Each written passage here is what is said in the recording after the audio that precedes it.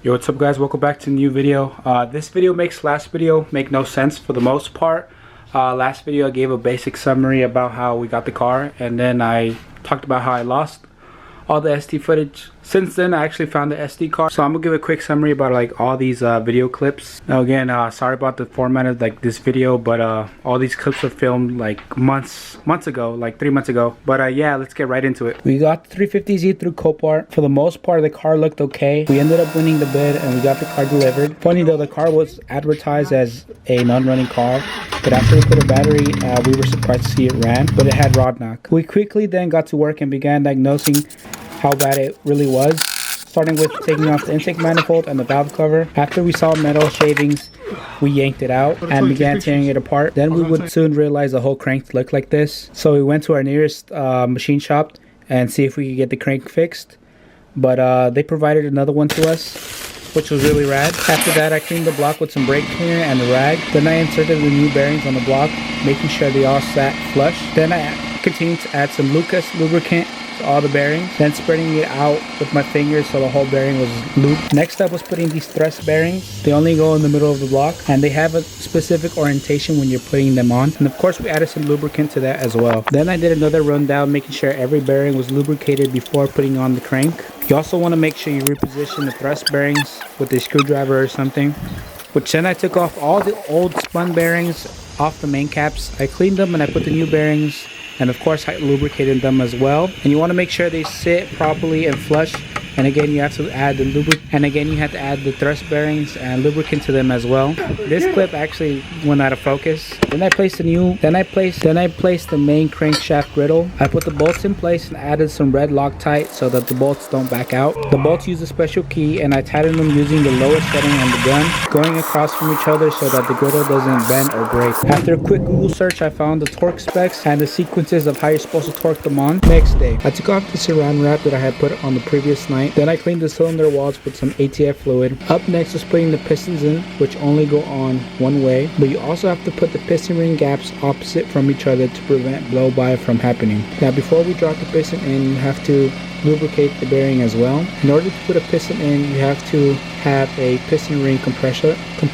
Bought mine for under $20 at O'Reilly's, but you want to leave just enough of the piston exposed so it can guide itself in, but again, make sure it's straight and don't put it in slanted. After that, you want to bump it with something like the handle of a hammer. Also make sure you take your time and tap with caution until it falls off the tool. After that, if your engine is on a stand, rotate it and put on the rod caps by hand, or if you can't reach, and the bolts by hand, or if you can't reach it like myself, use a tool and an extension by hand. Don't cross thread them. After, I had to rotate the crank so I could put on the other bolt, and I repeated this process until the last piston. Up next, I needed to put on the heads, but before that, first I had to put on the head gaskets, which if you don't know what they are, it's a gasket that goes between the head and your engine block. I myself prefer the head gaskets coated in copper spray to ensure a tighter seal. Then I dropped the head bolts and all the other accessories that the motor has. Now I know this isn't too much in detail, but I promise you I will shortly show you on a race motor where it's more entertaining. Now after the motor is completely closed, I had to work on installing a new flywheel and clutch because the old one had too much play. Even if you tightened it down, it would still move. I put a new rear main seal first and then installed the flywheel. Make sure you install it correct on its orientation due to its pin. You also want to make sure you put thread lock so they don't back out, and torque them to spec.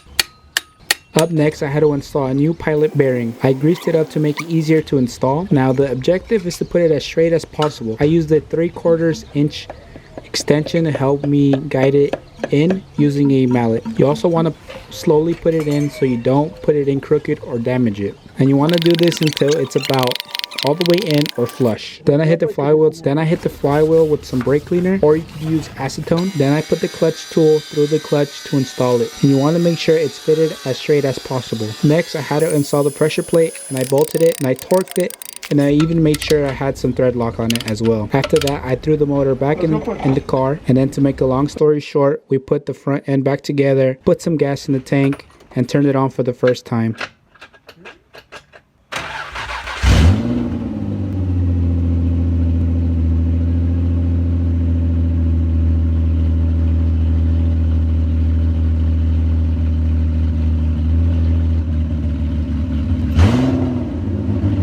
And then this was the next morning.